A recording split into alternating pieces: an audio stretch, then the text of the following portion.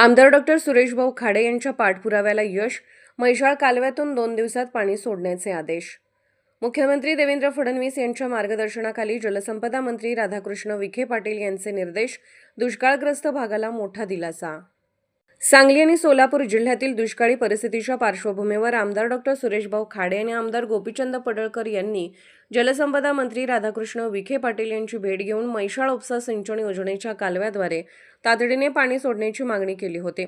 या मागणीची दखल घेत मुख्यमंत्री देवेंद्र फडणवीस यांच्या मार्गदर्शनाखाली जलसंपदा मंत्री राधाकृष्ण विखे पाटील यांनी येत्या 2 दिवसात म्हैसाळ उपसा सिंचन योजनेच्या कालव्यातून पाणी सोडण्याचे आदेश कार्यकारी संचालक धुमाळ यांना दिले आहेत.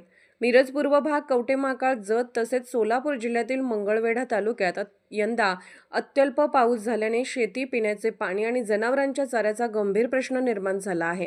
या निर्णयामुळे हजारो हेक्टर क्षेत्राला सिंचनासाठी पाणी उपलब्ध होणार असून पिण्याच्या पाण्याच्या समस्येलाही मोठा दिलासा मिळण्याची अपेक्षा आहे.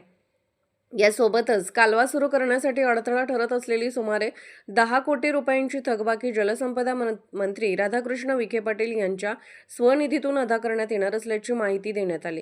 त्यामुळे कालव्याद्वारे पाणीपुरवठ्याचा मार्ग मोकळा झाला आहे. दुष्काळग्रस्त भागातील शेतकरी आणि नागरिकांच्या प्रश्नांसाठी सातत्याने पाठपुरावा केल्याबद्दल आमदार डॉक्टर सुरेशभाऊ खाडे यांच्या प्रयत्नाचे कौतुक होत असून शासनाच्या या निर्णयामुळे शेतकरी, पशुपालक आणि सर्वसामान्य नागरिकांना मोठा दिलासा मिळणार असल्याची भावना व्यक्त केली जाणार आहे.